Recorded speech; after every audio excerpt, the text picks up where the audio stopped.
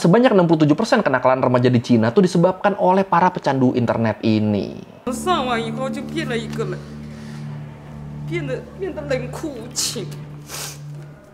Terus ada juga pria umur 30 tahun yang masuk ke camp itu setelah dia ketahuan selingkuh online sama istrinya. Sebelumnya kan kita udah pernah ngebahas tentang camp khusus buat anak-anak obesitas ya, buat anak-anak yang punya berat badan berlebih di Cina. Nah ternyata selain buat penderita obesitas, Cina juga tuh punya camp khusus buat anak-anak yang ngalamin kecanduan. Tapi kecanduannya tuh di sini tuh bukan kecanduan obat-obatan gitu. Camp ini tuh buat ngerehab anak-anak yang kecanduan internet. Wah. Iya, jadi walaupun dikenal sebagai salah satu negara maju yang bahkan bisa nyaingin ekonomi Amerika, tapi ternyata kecanduan internet tuh jadi masalah yang serius di Cina. Sampai-sampai anak yang kebanyakan terpapar internet tuh sampai harus dimasukin ke camp khusus. Dan ini sejujurnya gue jadi penasaran nih, ini camp khususnya tuh isinya apa ya? Dan anak-anak yang masuk ke sana tuh diapain aja mereka? Ya udah kalau gitu, ayo langsung aja kita bahas camp khusus buat ngerehabilitasi anak-anak pecandu internet di Cina. Di Learning by Google.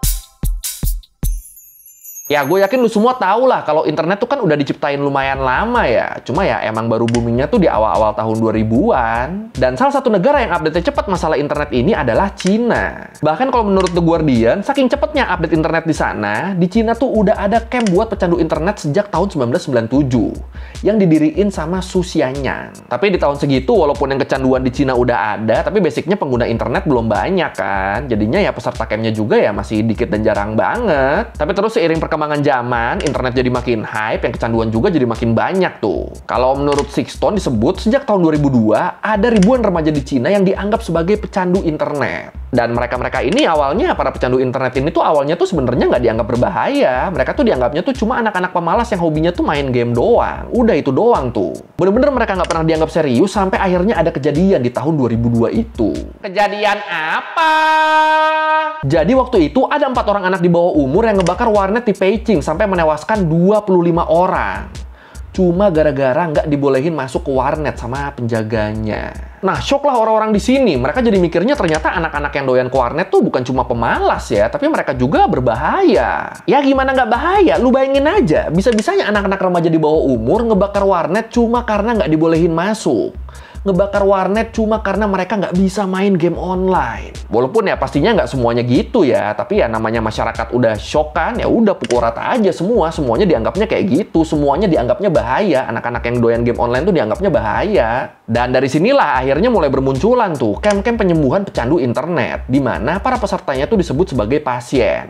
Dianggapnya ya lu nggak sehat, lu harus diobatin. Dan Cina sendiri, mereka akhirnya jadi negara pertama yang menyatakan kalau kecanduan internet adalah gangguan klinis di tahun 2008. Waduh, ini gua masuknya udah kecanduan belum ya?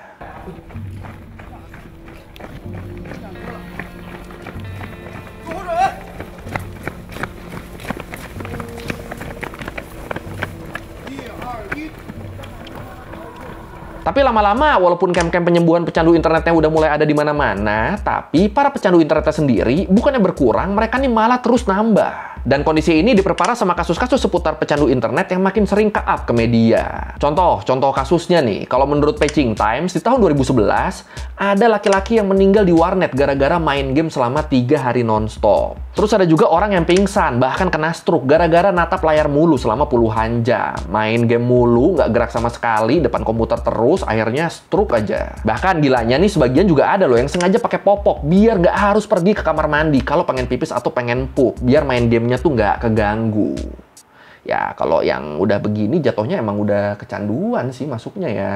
Nah, karena kasus-kasus kayak gini tuh makin banyak, jadinya permintaan atas scam pecandu internet ini juga bertambah terus. Kalau menurut The Telegraph disebut ada lebih dari 24 juta anak di Cina yang kecanduan internet.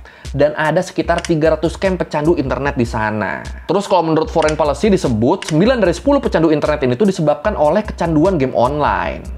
Baru tuh 1/10-nya disebabkan sama macam-macam. Ada bokep mania, sosmed, aplikasi, atau hiburan lainnya. Jadi ya, yang jadi masalah utama di sini tuh emang gaming ya. Main game sampai lupa waktu. Bahkan ya, sampai lupa hidup udah jatuhnya.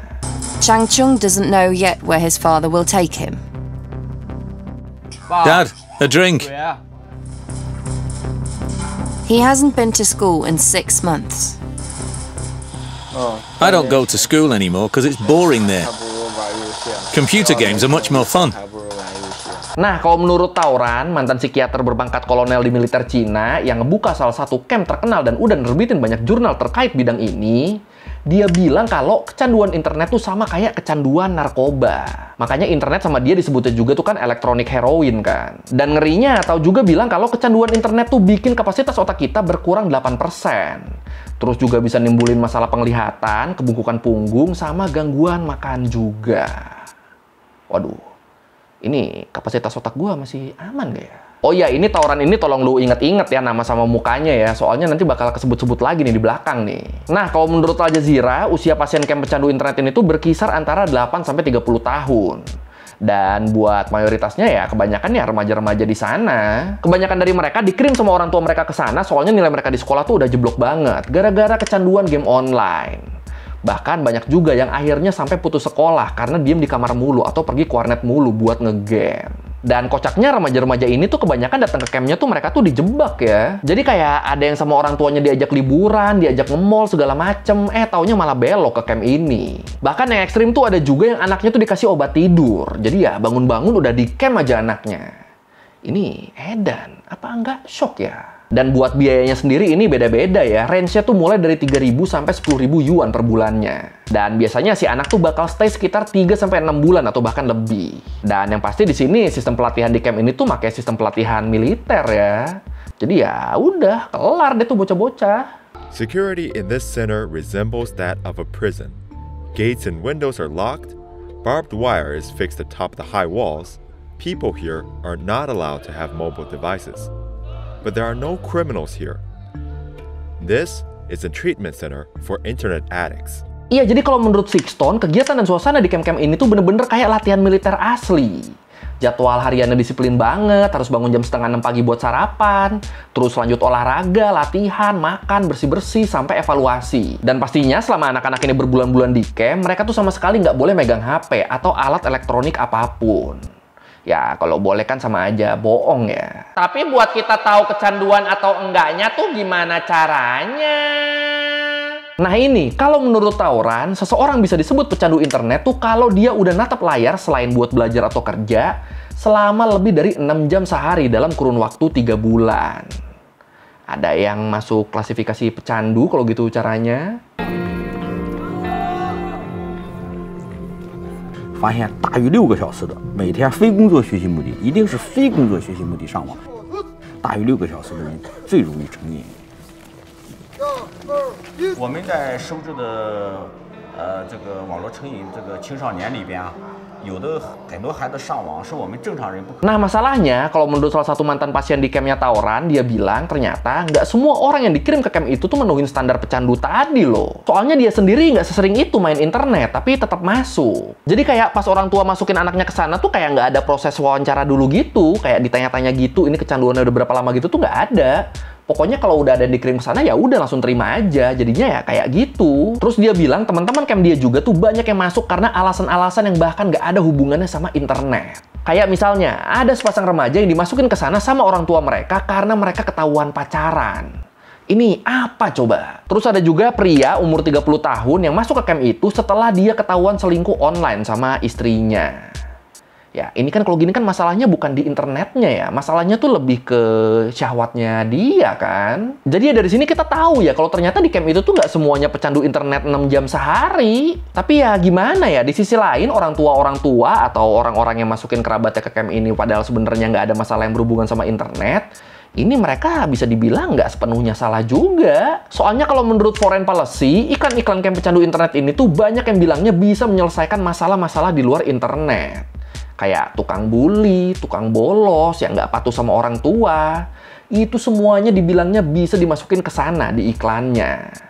Makanya ya akhirnya yang daftar juga jadi banyak yang nggak internet related. Ini aneh juga ya. Apa gara-gara nyari cuan maksimal ini ya? Ya, kepikirannya ke sana doang sih. Terus gara-gara kecanduan internet, Tauran juga bilang kalau 90% pasien dia tuh jadi menderita depresi berat. Dan 58%-nya juga suka nyerang orang tua mereka. Terus dia juga bilang sebanyak 67% kenakalan remaja di Cina tuh disebabkan oleh para pecandu internet ini. Ini kan terdengar parah banget ya. 妈妈，我真的很痛苦，我不是不能玩电脑痛苦，而是寂寞的痛苦。我无聊，我苦苦哀求你，我真的活不下去了。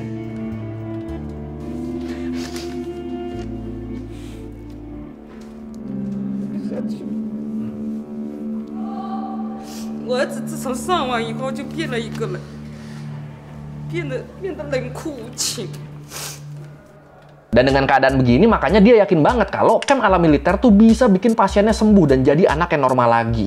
Apalagi menurut Tauran, dia bilang sekitar 75% pasien yang lulus dari campnya dia tuh selalu berhasil sembuh. Walaupun ya ini kata-kata dia doang ya, nggak ada data kredibelnya nih. Nah, yang jadi masalah, cara-cara camp ini buat nyembuhin pasiennya tuh ternyata suka di luar batas. Emang caranya gimana?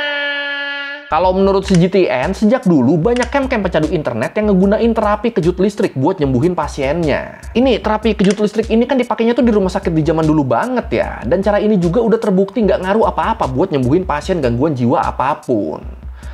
Di camp internet ini malah dipakai dong. Apalagi sebenarnya ternyata terapi ini juga udah dilarang sama pemerintah Cina.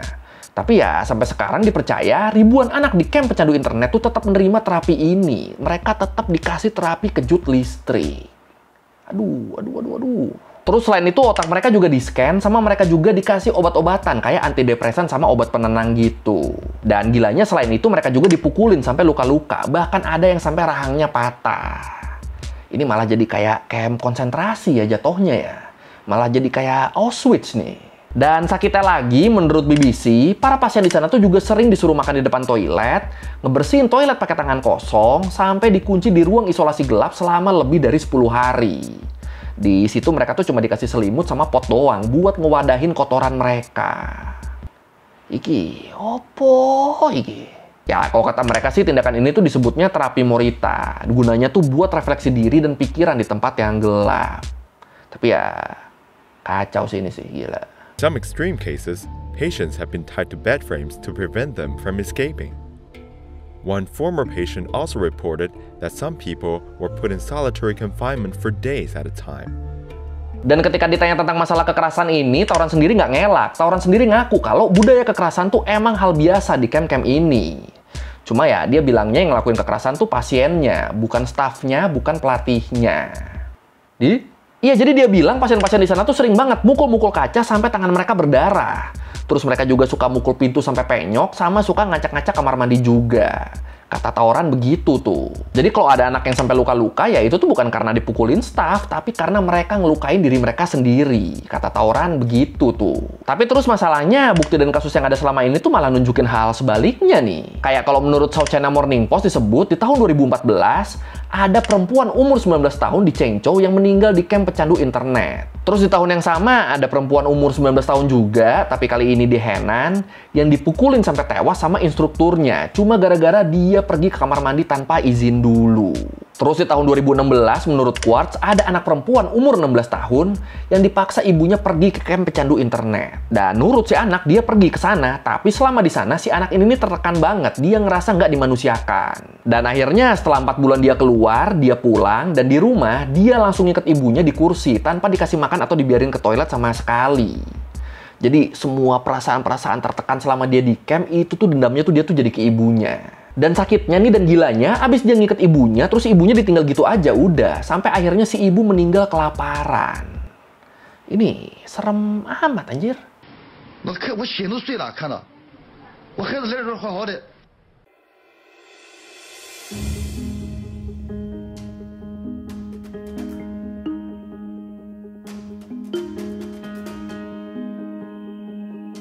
去办了手续，见了一下我的小孩，浑身全部都是伤啊！这地方。 Nah, dari kasus-kasus barusan, akhirnya banyak netizen yang jadi nyalahin orang tuanya karena ngebawa anak-anak mereka ke camp itu. Selain pastinya banyak juga yang ngeritik Tauran sama camp pecandu internetnya. Salah satu yang ngeritik tuh namanya Tao Hongkai, duta budaya internet dari komunis Youth League. Di sini Tao Hongkai bilang statement Tauran yang bilang kalau kecanduan internet itu sama kayak kecanduan narkoba itu tuh salah besar. Soalnya gini, orang-orang yang kecanduan internet ini tuh kan masalah basicnya kan mereka tuh jadi antisosial. sosial ya. Kebanyakan jadi gitu kan. Mereka cuma mau main game, nggak mau keluar kamar, nggak mau keluar warnet. Ya pokoknya cuma buat internet aja hidupnya. Nah, sikap antisosial atau hidup dalam dunianya sendiri gini, ini tuh masuknya tuh ke penyimpangan sosial yang bisa disembuhin dengan pendekatan-pendekatan sosial, pendekatan batin, dan pendekatan emosional. Bukan disembuhin secara medis pakai obat-obatan, apalagi pakai latihan militer. Itu nggak nyambung tuh kalau menurut Tao Hongkai. Dan Tao Hongkai ini dia juga tuh sering banget ngajakin tawuran debat buat ngebuktiin kalau sistem camp kayak gini tuh nggak ngaruh apa-apa ke kecanduan si anak. Yang ada malah nimbulin trauma. Sembuh enggak, trauma iya. Terus juga kalau menurut Yu Chang, pendiri Happy Home Center, dia bilang orang tua tuh suka lupa kalau sikap anak mereka tuh bisa terbentuk karena kondisi di lingkungannya. Jadi kalau lingkungannya diubah, mereka dikirim ke camp misalnya, ya sikapnya pasti bakal berubah. Tapi abis itu, setelah si anak balik lagi ke rumah, semua kebiasaan baru yang dia pelajarin di camp itu tuh ya bakal hilang. Bakal keganti lagi sama kebiasaan-kebiasaan sebelumnya di rumah. Jadi ya kayak nggak guna kan dikirim ke camp, buat apa jadi? Makanya menurut Yu Chang, masalah yang dimulai di rumah ya harus diselesaikannya di rumah juga. Harus dari kesadaran si anak sendiri. Bukan karena disuruh atau diperintah. Dan yang bisa ngusahain itu ya siapa lagi kalau bukan orang tuanya sendiri kan. Jadi ya intinya menurut Yu Chang, kalau ada orang tua yang ngerasa anaknya bermasalah, ya coba selesain dulu lah sama orang tuanya. Coba luangin waktu buat anaknya. Jangan ngambil jalan pintas dikirim ke camp militer, jangan gitu. Walaupun itu bukan camp militer, ya lebih ke camp internet kan tadi kan. Cuma ya rasanya rasa militer. Dan di sini sebenarnya udah banyak koran-koran swasta sama bahkan dari pemerintahnya sendiri yang nyaranin ke para orang tua buat jangan ngirim anak-anak mereka ke camp lagi. Jadi himbauannya sebenarnya udah banyak tuh. Jangan.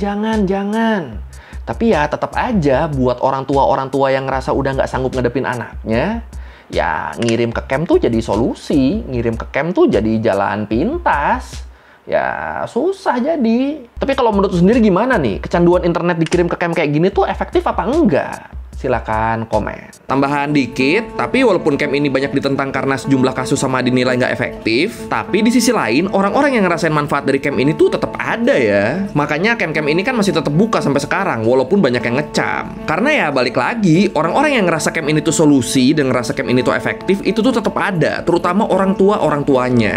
Jadi ya mau dikecam sekeras apapun, selama demand-nya masih ada ya campnya bakal terus ada, bahkan nambah. 每天的他们有一个属于半军事化的这种管理嘛啊，起居正常了，就是至少又能够看到过去的笑容了。对于我们来说，我们就觉得这已经非常欣慰了。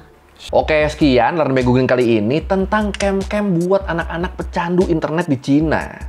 Yang jatuhnya ya nggak manusiawi sih ini. Udah tadi pakai terapi kejut listrik, terus digebukin juga, terus ditaruh di tempat gelap selama 10 hari. Wah, ini kebangetan sih kalau menurut gue. Ya, kalau lu mau revisi kayak gue udah salah, atau mau nanya, atau lu nambahin nggak di video, bisa tulis di komen, kita diskusi kayak biasa. Sekali lagi, thank you nonton, jangan lupa like, comment, subscribe. Bye. Aku pasang